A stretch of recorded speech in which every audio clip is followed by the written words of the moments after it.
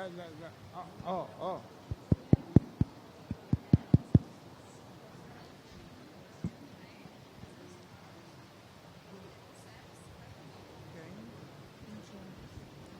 You have more? You want more?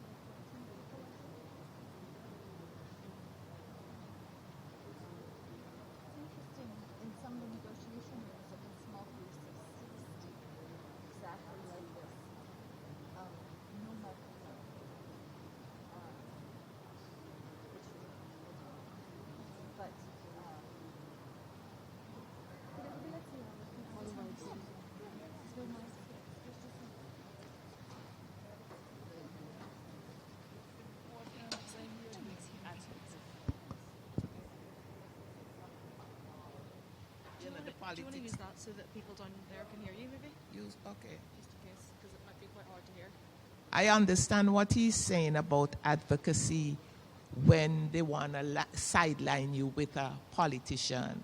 But what I do in Antigua, I connect the dots. If I think a project is going to have the bad impacts on the people and on the community, I link that decision with what's going to happen. If you're giving an investor our lands, and when you destroy the mangroves, it's going to impact livelihoods, weaken our resilience to storms. I show the whole story. So they can't see it as political. I am doing it for the survival of the people and the environment. I always link it. If it's chemicals, I am showing it's going to end up in cancers and what. And so we have to now work in holistic approaches, and you build the coalitions with churches, with everybody, so they can't come at you. You're doing this advocate to save the country, to save the people.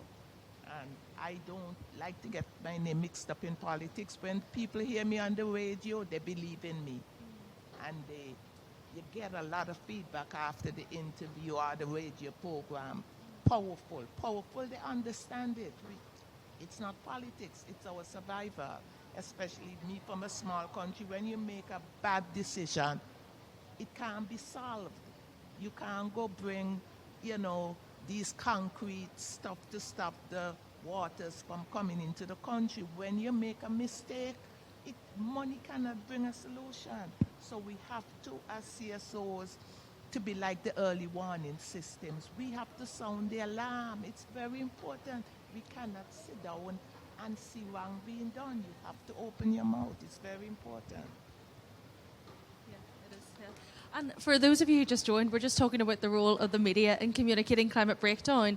And I know that we talked about this before, Chris, in the sense that sometimes when the media depict climate activists, it's always people who are protesting, which is obviously really important. But there's a lot of people like you who do incredible work, and it isn't necessarily shown in the media because it's not in the activism space.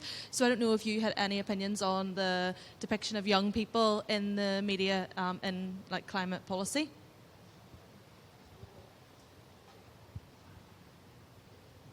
Yeah, thank you very much, Rosalind. Thank you, everyone, for coming and for having this very important conversation. So one of the things that needs to be addressed from a media perspective is how youths are portrayed. Whenever you have a meeting and it's termed youth or youth-led, there's a certain expectation that people see or expect based on the depiction in the media. It's mostly activism. But then there's a number of youths out there that are doing phenomenal stuff, leading change, transforming things, and doing their best to change, for instance, even the sort of... they're held back by the existing regulation, they're pushing the limits on innovation, and they're doing quite a lot of good stuff. I'll give some examples in my mind. One is a gentleman by the name Josh, who is going into oil and gas hubs, looking for pipelines that have been disused, no longer in use, and just kept on the ground, potentially going to corrode if never used for anything, and is putting compressed air into those pipelines and using them for storage. So when you have renewable energy, they are very variable and intermittent, but then you need storage, some form of storage, to make them compact and dispatchable so you can have power all the time, right, from a renewable source. And that's what he's doing, going around doing that. We have people who are doing a lot of work in sustainable urbanization, like my colleagues here, that were working in the Commonwealth Youth for Sustainable Urbanization team. We have another example is a gentleman by the name Angelos, who has installed more than 320 megawatts of battery storage. To put that in context, that's like 20% of all the battery storage that you've got in the UK. And we don't hear those kinds of stories, but if there's something that is about, youth activism, we gather people together and then we push for a louder voice, it seems to make the news very easily. Now, the point I'm trying to make is, and that's one of the things we talked about when we were thinking about this discussion, is youth activism is important, very important. It's very necessary for us to have the loudest voice in the room whenever a conversation is going on as far as climate action, because we will be disproportionately affected as youth, right? It's very important our voices are heard, but more importantly, it's also important that we're portrayed as part of the solution. Driving, it's not just, having a call to action, but actually having a plan of practical action where you are driving change and leading that change as well. So, yeah, thanks. I think this would be a good segue maybe to hear about Desmond's work. He is a youth activist, and if you could speak more about your period poverty project. Okay, so we have this project in Ghana that we are working with communities. It's called the Water for Adaptation and Period Link. So basically, it's providing water for arid communities, both for domestic use and also for agricultural use, and also equipping women-led businesses to sort of increase their financial capital in order to support girl-child education, because we've had so many statistics continuously for several years from that part of the country where education was so down. The illiteracy rate is kept growing. And one of the key things was that for girls especially, they couldn't go to school when they are menstruating because they have to manage it at home. You didn't have the ability to afford the menstrual pads that are out there in the market. And then the second thing is the taboos and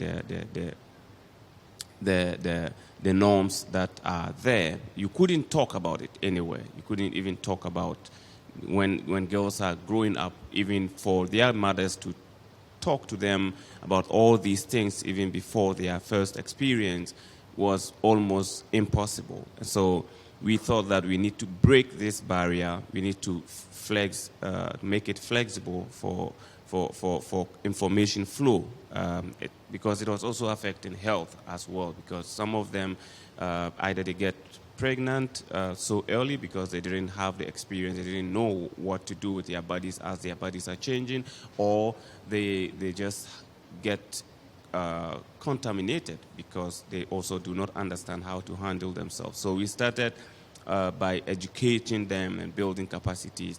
And then as time went on, we started including the men as well, because they sort of are the people who are driving, or who are the main people who speak in these kind of communities.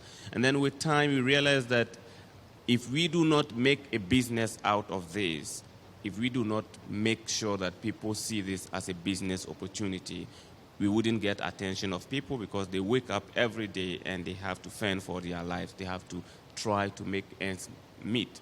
So we started supporting women businesses that were already there. Some are craft women. They are making different kind of craft. One is the one I'm wearing right now. Some are also making different kinds of cosmetic products, and some are also making different kind of products that are coming from fruits of trees.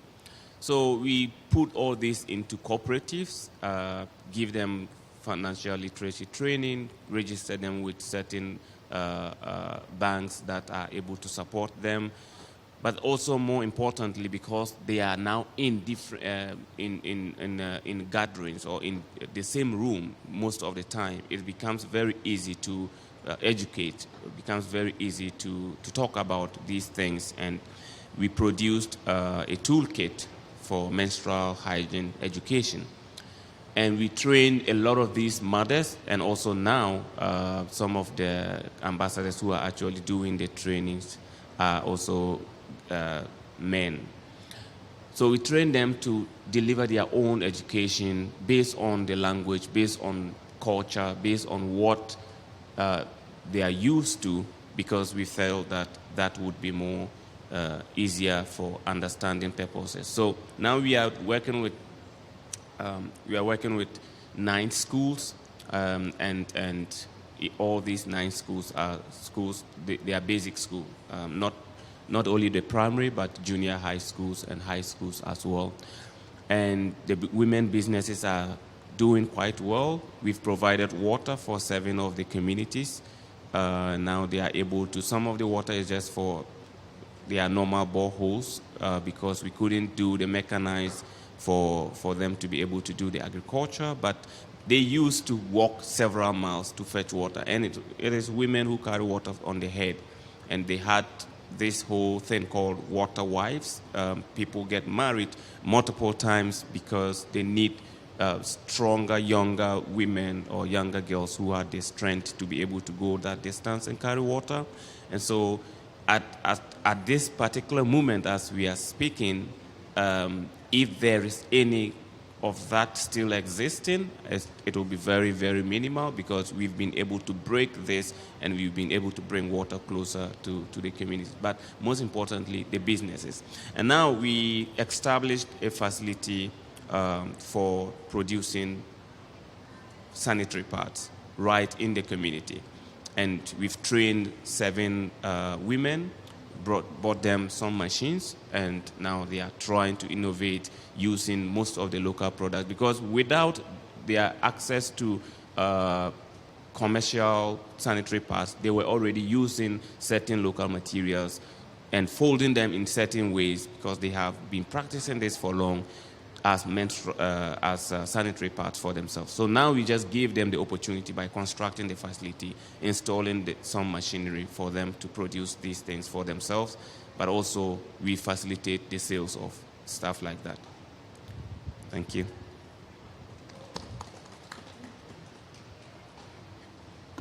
Just a small opportunity for collaboration is that through my school, I'm in a class. I study policy at Harvard, but I'm taking a class at MIT, and they're investing right now in Kenya on a local coalition of women and girls and men and boys who are helping to create sanitary pads to meet the needs of local girls so that they can stay in school.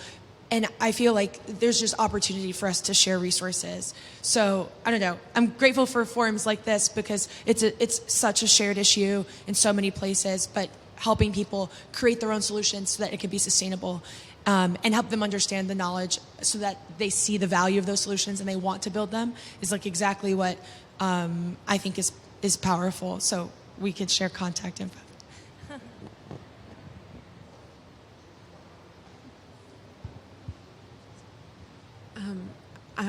I just wanted to comment on what both you said. So I'm in graduate school now, but I used to work for USAID, and when we would have conversations about like what we wanted to fund, we always wanted to be looking for like locally led initiatives.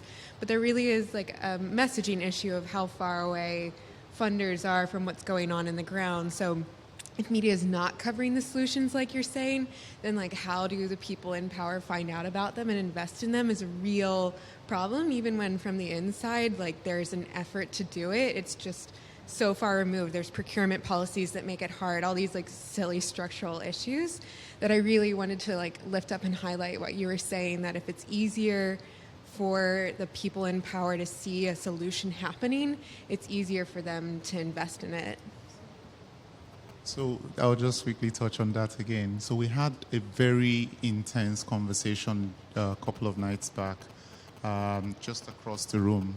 And the conversation was about how youths are not really being incorporated into a lot of the available funds. It was on climate finance, so we had members of the GCF leadership, we had the Africa Development Bank and a number of others. And the first question that was asked in the room was, when we look at the funds that are available today, just to touch on your point, how many of those funds are directed at youth? For crying out loud, for instance, in the Commonwealth, today, 60% of the population are under 30. And depending on who you ask, 2025 or 2030, we're going to have 70 to 75% of the workforce as millennials or under the age. So why are we not having the conversation? Why are we not involved in the finance allocation? Why are we not part of the governance? We are the primary and most important stakeholder in the whole conversation. And it just goes back to the point you made. If people don't know, then they see a high risk in anything that you're doing because they don't know that you are able to do those things, right? So thanks a lot. Yeah. Yeah, and I just wanted to add to that, there is a perception that young people are not experienced, or that they are creative but not experienced in the process, and that's a challenge because, like Chris has just said, we have engineers, I'm a planner, we have local government mayors amongst us within the Commonwealth Youth for Sustainable Urbanization, we have architects among us, and we have university professors, head of departments among us who are young people under the age of 30, 35. So it's showcasing what they're doing and the achievements, really, that's very important, so that it's not just about, it's not just about the CSO, but there are young people in CSO and there are young people in established professions who are being innovative outside of the demands of the 9 to 5 or their main contract. Just to also add on to the conversation, I also think that the young people should be able to tell their story. It's being told, but it has to be enhanced. There should be a very good platform. I don't know, but we are trying to tell it here. Others are being told in next doors out there.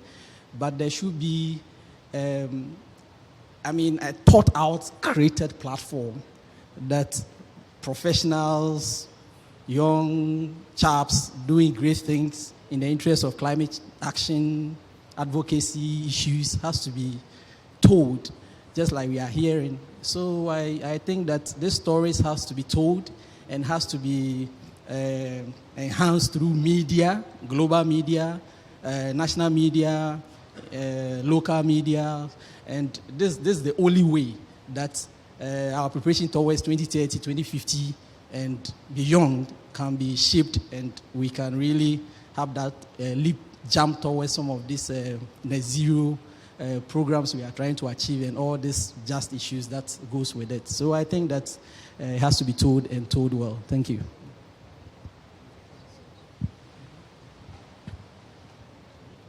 I actually just wanted to, since I believe there's a lot of diversity in this group, and I love diversity, I just wanted to bring the conversation into whether any of you can bring some advice as to, number one, of course we are here because we recognize that media has a lot of power, right? But we are also saying that, number one, when we work in the Commonwealth, we have a network that are called the Commonwealth Correspondents, and they are budding journalists, but at the same time, they seem to be in a silo. So they like to write a lot of things, and then I'll ask them at the end of the day, what is your call to action? That is a missed opportunity when you write so well, but then people are now aware of the problem, but then they don't have a way out as to where can I contribute? How can I do more? And I think number one is, how can we ensure, or do you already think that in the media industry or any journalists or reporters, that they know the power that they have in every article that they put out, that it has to not be an end, but the means to an end, and the end has to be a call to an action. That's one. The other thing is, I wanted to ask, how can the whole thing about being a reporter be more decentralized in terms of power? Because what we want is, we want young people to be empowered and say, you don't need to be a reporter to write something or to perform a role as a reporter or to share knowledge or to give power, to bring call to action to other people. But how can we then, provide the right advice in terms of how do you write? What kind of language do you use? How concise can you be? How can you be more storytelling? We always tell people, you need to tell your story. But when I try to do it myself and I say, my mentors say, tell your story better. Do I actually know how to tell a story better? I don't think so. Like, sometimes I record myself and I don't even get what is the real message that I want in 30 seconds. Can you do that? I don't think many young people can do that.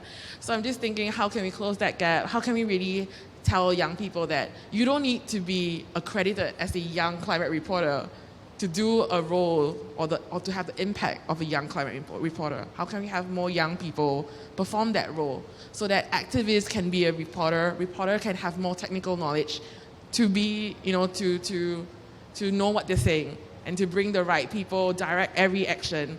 We all know that young people have a lot of energy. Are they directing the energy in the right direction? We really need a lot more players in the ground to help this whole directedness so that there will be a better, more united global movement of young people. Yeah.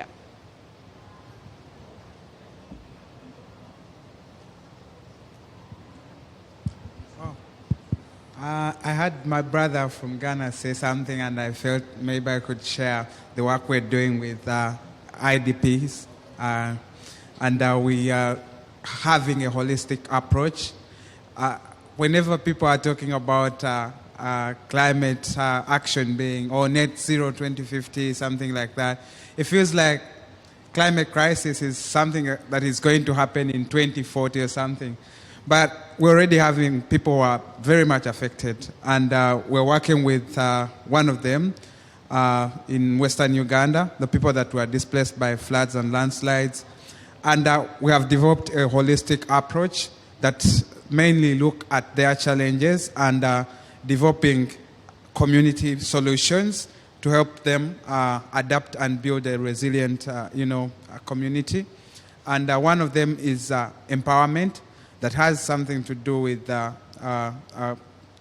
fighting poverty, but with solutions that will that are from the problems that are being faced within the camp. And one of them is, sanitary pads.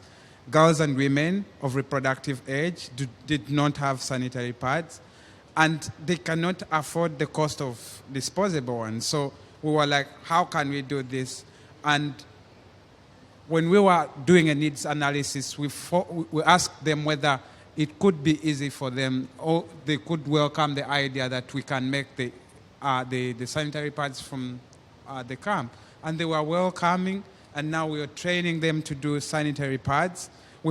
We first had to train them how to do tailoring and sewing. That's the course they are doing. And we're planning to, bring in experts to see how they can teach them. We hope that if we can get resources, we can be able to do the sanitary pads that can be supplied in the camp, but also this can't be a powerhouse, because in as much as they are affected, but also there are some out there in the communities who cannot afford the cost of pads, like even if they are not displaced. So we feel like that could be an opportunity for them to get money, but also solve their problems. And then the other thing is, you all know when you came here, you first had a shower, but these people couldn't afford cost of soap. And we are doing soap making in the camp. And we are happy to see that now people can get soap to use for home use. And that really takes me back to what everyone here was saying. I think climate action is a broad thing that we do not see. And we want to see things of science, maybe decarbonizing. But do you know that this is a life thing? Like a life thing, everything, like you think about how these people are affected. I'm working, we're also having a mental health awareness in this camp. It is mind-blowing how these people are living. They have a lot of mental health challenges. I was interviewing some people, and they wish they could die because they can't afford seeing their children go to sleep without food, or having 1 meal in a day. But do we understand how the complex of climate crisis is that relatable to every aspect of life? So I think, like he said, we need to go back to the grounds, see how can we work with our people, because we have the solutions. It's not like we are making noise only, but we also have the solutions that need to be supported. We don't need like a lot of technology, it's just support. It's what we're asking for. So I think, like he said, we need to be included at all levels. And I believe that can solve almost our problems and world problems. So yeah. Thank you. To follow up on you, we, the people, have to respect us so that when they come with their little ideas, we take action. People reach me in church, after church, people come to me in the parking lot. They have ideas, but when they go to the governments and their ideas are not accepted, they're rejected. Come back tomorrow. Tomorrow never comes. So when we meet these people with their burning ideas, let's listen to them and come up with some kind of solution. Many times I have to say, I can only help you if you're in a legally registered group.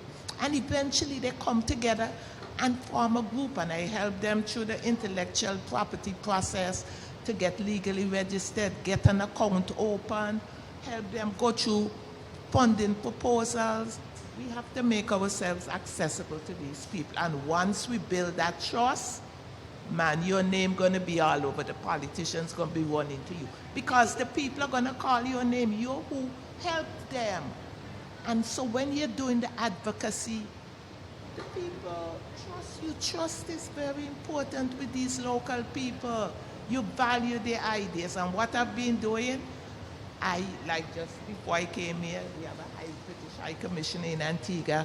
I said, would you like to come and see a local community group in action? They had made a lot of products with wood waste.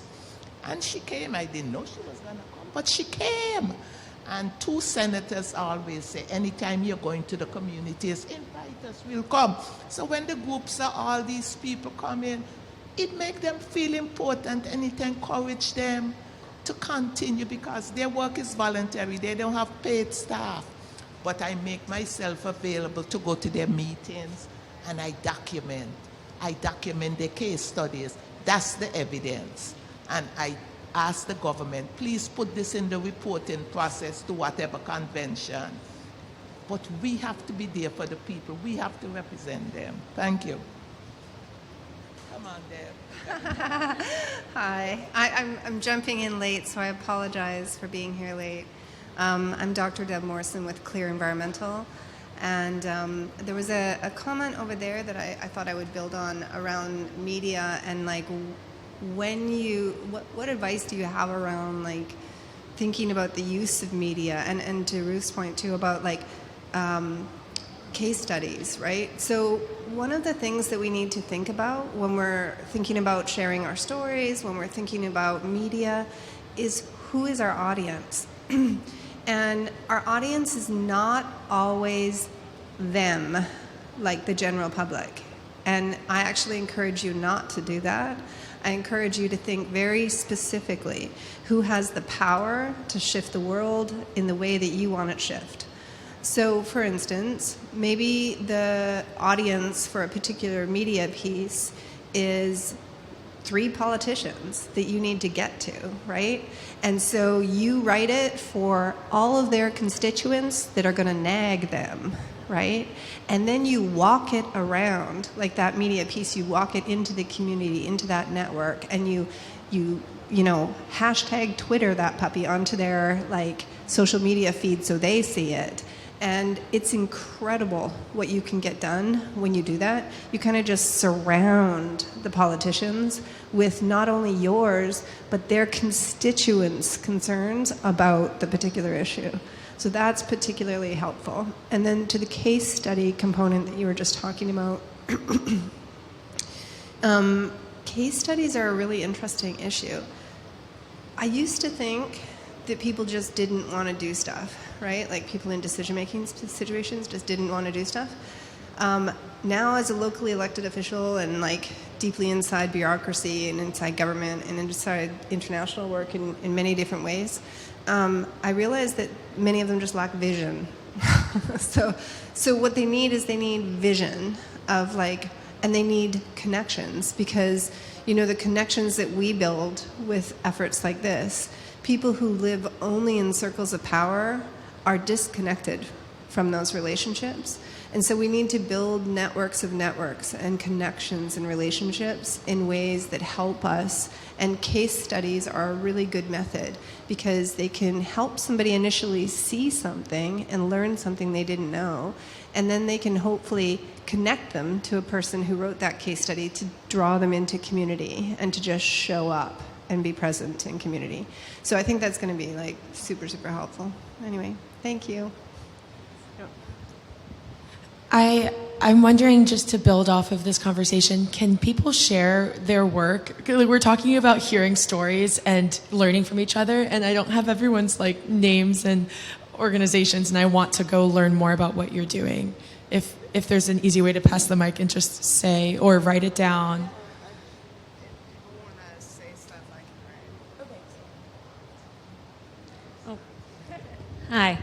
So my name is Jenna Freeman, and I live in Canada, in Calgary.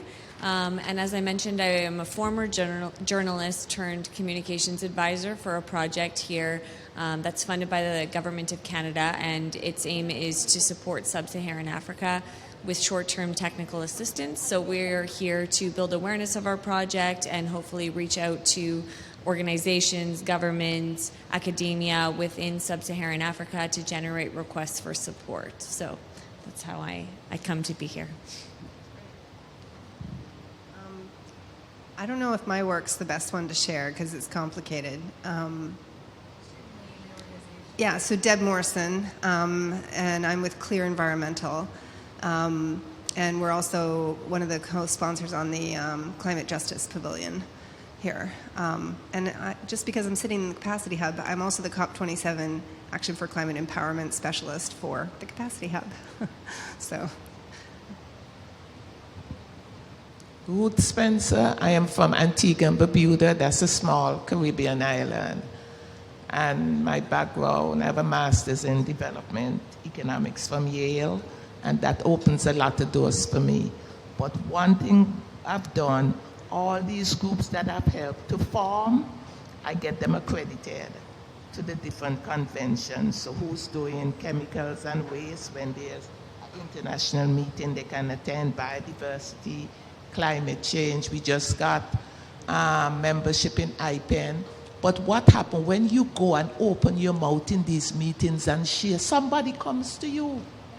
Somebody connects with you, and it starts a new relationship. So a lot of these things I didn't hear about, I built a relationship and it opened doors. So advocacy opened those mouths that we have. Nice, nice. My name is Rosalind. I'm from Ireland, and I write for the Belfast Telegraph. I'm Chris Cameron, and I work for Clear Environmental. And another project I just kind of wanted to talk about because I have some interest in what people think. But I'm working in New Orleans, and I'm working with 5 states around the Gulf of Mexico. And we're training high school students to act as, I guess, young climate reporters to go into their communities and interview members of the community-based organizations and leaders there to find out about the projects that are going on. And I think that right now they're using digital storytelling, so they're creating a web space, and they're maybe making documentaries, making podcasts. They're going to create blogs. But I would really like to lift that platform and make sure that they are being seen by media, and how to connect like these digital web spaces or these projects to a media source that can really help show the story. I know that I also just interrupted this like sharing of people, but we can keep going, and maybe if someone wants to come talk to me at the end, I'll be around. But thanks. Hi, my name is Desmond. I am co-founder for Green Africa Youth Organization, based in Ghana, but also in Uganda and Kenya. We work on 3 pillars. Circular economy, where we support cities to transition their waste management strategies and practice zero waste. And then disaster risk reduction, where we support in the creation of awareness and building capacity for communities to handle disasters. And then the third is the climate change, where we have the Water for Adaptation project that I talked about earlier. And we also host the Youth Climate Council in Ghana, which is like a governance body supporting government with policies as far as youth voices is concerned. Hi, I'm Hillary. I'm currently a graduate student at Princeton University, but I used to work at the U.S. Agency for International Development and the U.S. Department of Agriculture. Hi, my name is Chris Chukwunta. I'm the Vice President at the International Renewable Energy Systems, Inc. and I am a member of the Commonwealth Engineers Council Board, Commonwealth Youth for Sustainable Organization Steering Committee, the lead for the Commonwealth Sustainable Energy Transition Youth Group, and also the lead for the World Federation of Engineering Organizations Young Engineers and Future Leaders Climate Action Working Group. Hi, I'm Michaela Chan. I'm from the UK. I'm a civil engineer working in the water sector for Arcadis. I'm in Chris's extremely long-named working group, which I'm not going to repeat. I'm also a UK youth delegate to the G20 this year. Hi everyone, I'm Eileen. I'm working for the Commonwealth Secretariat. I'm a Singaporean based in London. And I work on economic, youth, and social policy. My background is in business, but now in sustainable development. My role is really to bring amazing young people like these to set up different youth networks to connect young professionals and to really close the policy civil society divide.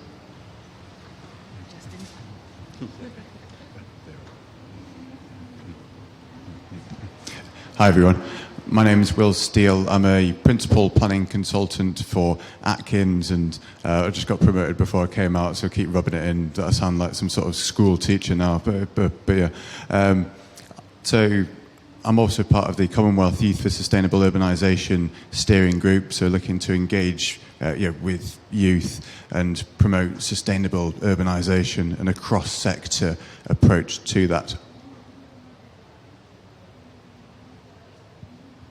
Hi, I'm Cecilia Timberg. I'm a Colorado College student and also a reporter for the Denver Gazette. And I'm here in this space asking questions about whether journalism can be a call to action and a space for hope and a space for storytelling. So this has been really cool to listen to. Hi everyone, I'm Olafin Taiwo, and I'm the chair for the Commonwealth Association of Planners, the Young Planners Network, and the co-chair for the UN Habitat Planners for Climate Action. I'm also a steering committee member for the Commonwealth Youth for Sustainable Urbanization, and the co-founder of an international charity that works with children and women, particularly children in single families abroad.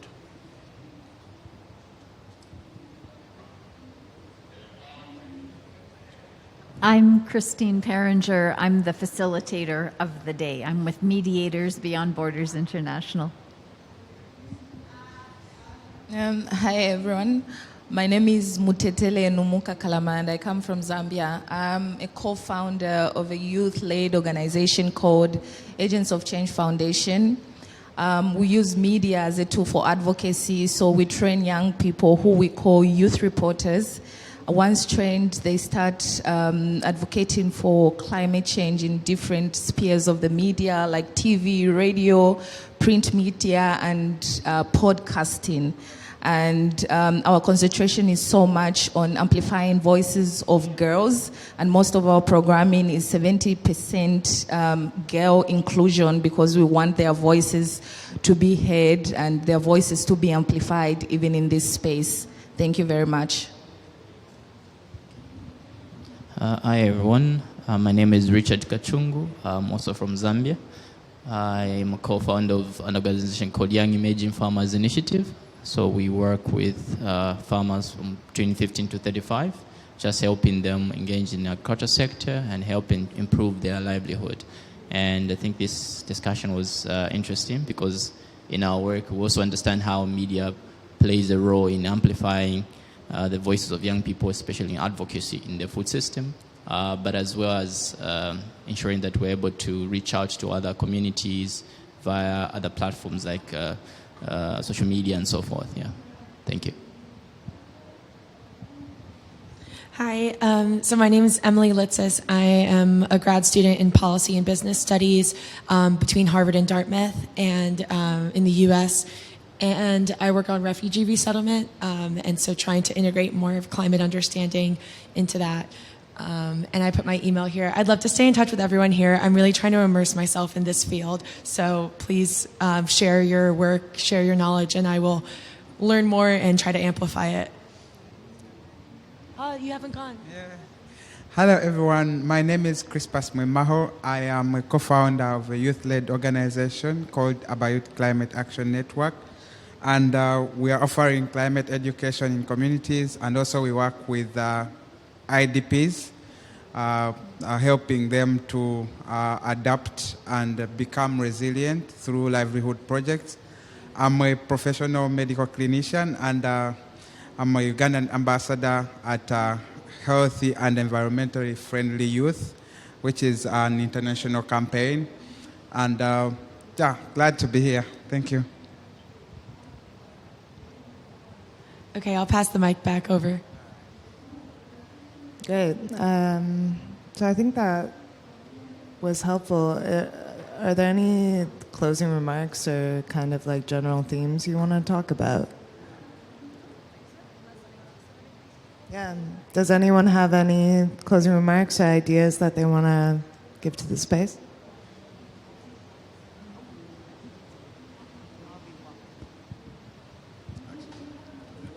Yeah, thanks. Just a thought on storytelling and the importance of storytelling, especially as we're thinking about media coverage. We're speaking to a very high-profile figure yesterday afternoon in politics who's talking about the need for effective storytelling to combat climate change and for young people to get their stories across. So good storytelling is having big impact. And just to emphasise the importance which we'd like to attach to that. So effective storytelling with the right language, isn't it? And using things which generate a reaction and generate impact. It seems that across the disciplines and the built environment, it's never been more important, I would say.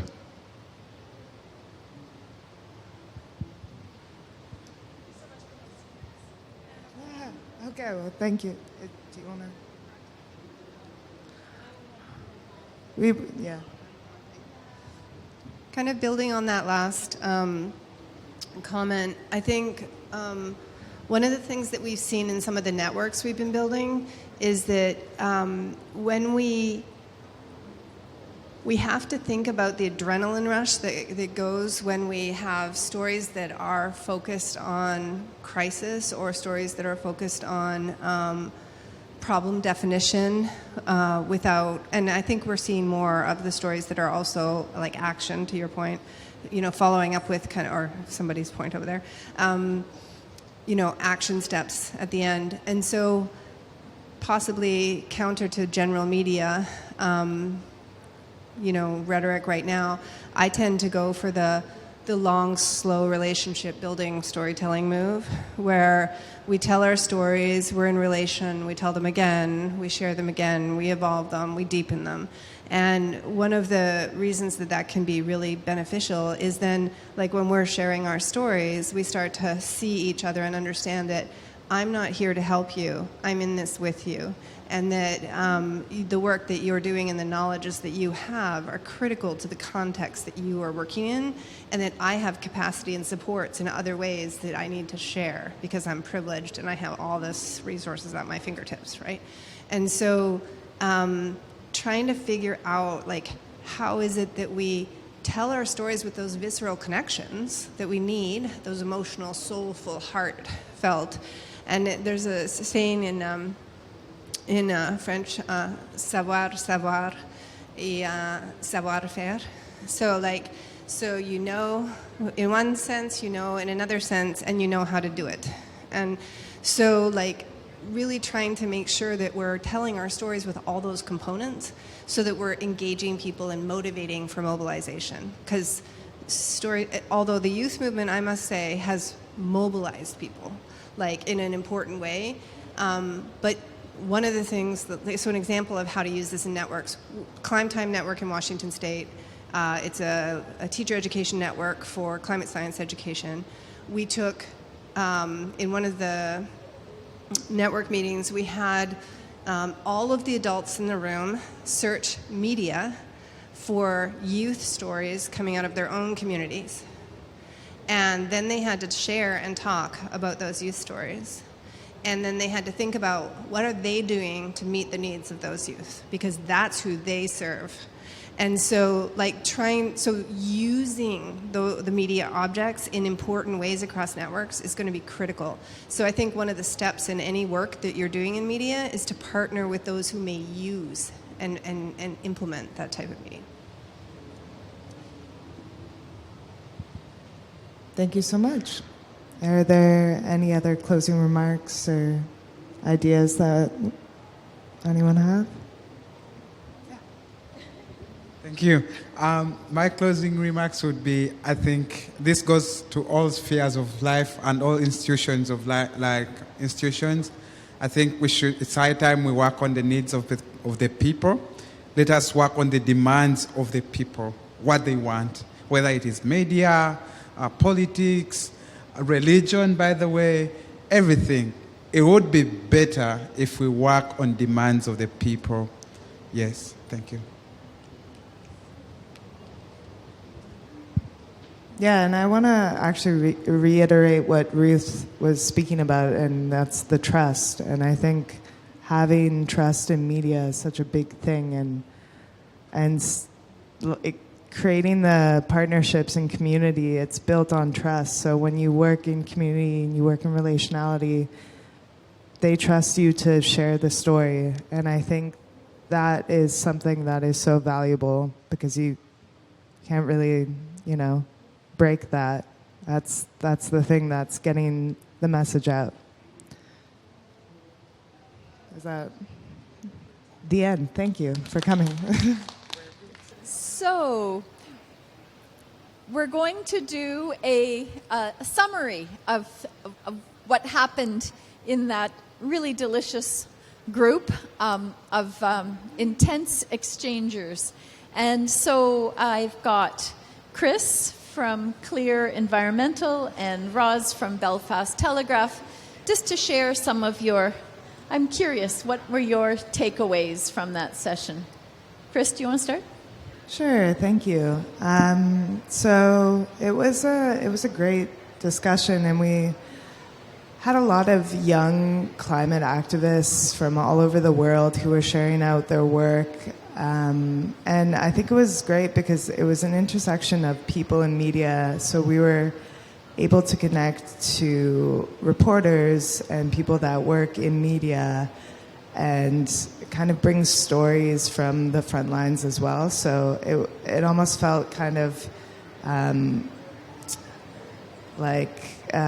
meta, because we were speaking on people in media, but we were bringing people in media together. I don't know. What do you think? Yeah, I definitely think that people felt there was a gap and that the media aren't doing their job very well. And people were talking about more local stories emerging, so more stories of people on the front line. And there was a lot of discussion about solutions journalism, so not only pointing out the problems and a lot of the climate change science, which can be really scary, but also the creative solutions and the innovative solutions that people are driving at the front lines, particularly in the African continent. So it was a really great discussion, and we also went on to talk a bit about less traditional forms of media like social media and how people are using social media and tools like Instagram and Twitter to be able to report effectively on the environment as well.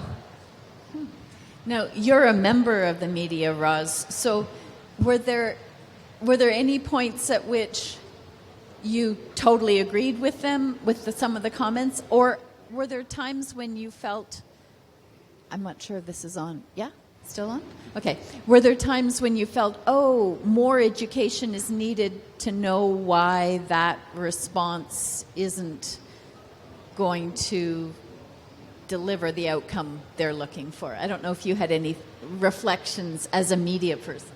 Yeah, I guess we were talking a bit about the difference between like big legacy media, which has got private funders and private donors and is sometimes linked to political parties, and then independent media, where journalists have a lot more freedom and agency to be able to comment on the issues that they'd like to. For example, if your articles are behind a paywall or you are dependent on the numbers of clicks or subscribers, it's actually really difficult then to get some stories past your editors. So particularly this idea of making the global local in countries like Ireland, a lot of the climate change stories are really just about things happening in Ireland, and obviously it's really important that we get this global perspective because the climate crisis is a global issue, but it means that you have to find a hook, and COP27 in some ways is a hook because it's an African COP, so a lot of the stories now are focused on what's happening here, but in general it's really difficult to try and get those stories into the papers, and there's a bit of conflict with editors and stuff. So I think kudos to all the journalists who do manage to do it because it isn't easy. Thank you. And I'm just going to ask both of you, maybe start with you, Chris. Was there one story that you heard today that you found particularly interesting and that gives you thought for maybe future collaboration or some other further action? Well, there were a few parallel stories that I kept hearing about, and so Desmond Alunoa from Green Africa Youth Organization was speaking about his period poverty project, and then there was, I think, was that your... Yeah, Chris was speaking about a similar project happening in Uganda. But I actually wanted to bring up an idea that someone put forth, and I'm not sure who actually said it, but talking about how every article that is written in media should have a call to action connected to it. Because I think so many articles are written and there's no direction coming from it, and the information that's being shared might not have an important aspect to it. So I think that puts more power towards writing and more power towards the media if they're directing people to a call to action. How about you, Roz? Same question. Was there anything that you heard that particularly excited you, that you see potential for Yeah, no, I future? was... is it working? No. Gone off. I was going to talk about that same point about call to action because I think it's really, really important because a lot of the time people set the scene, highlight the context and highlight the story, but it's really nice if there's even a link to a funding page or something which takes the reader or the viewer just like that step beyond.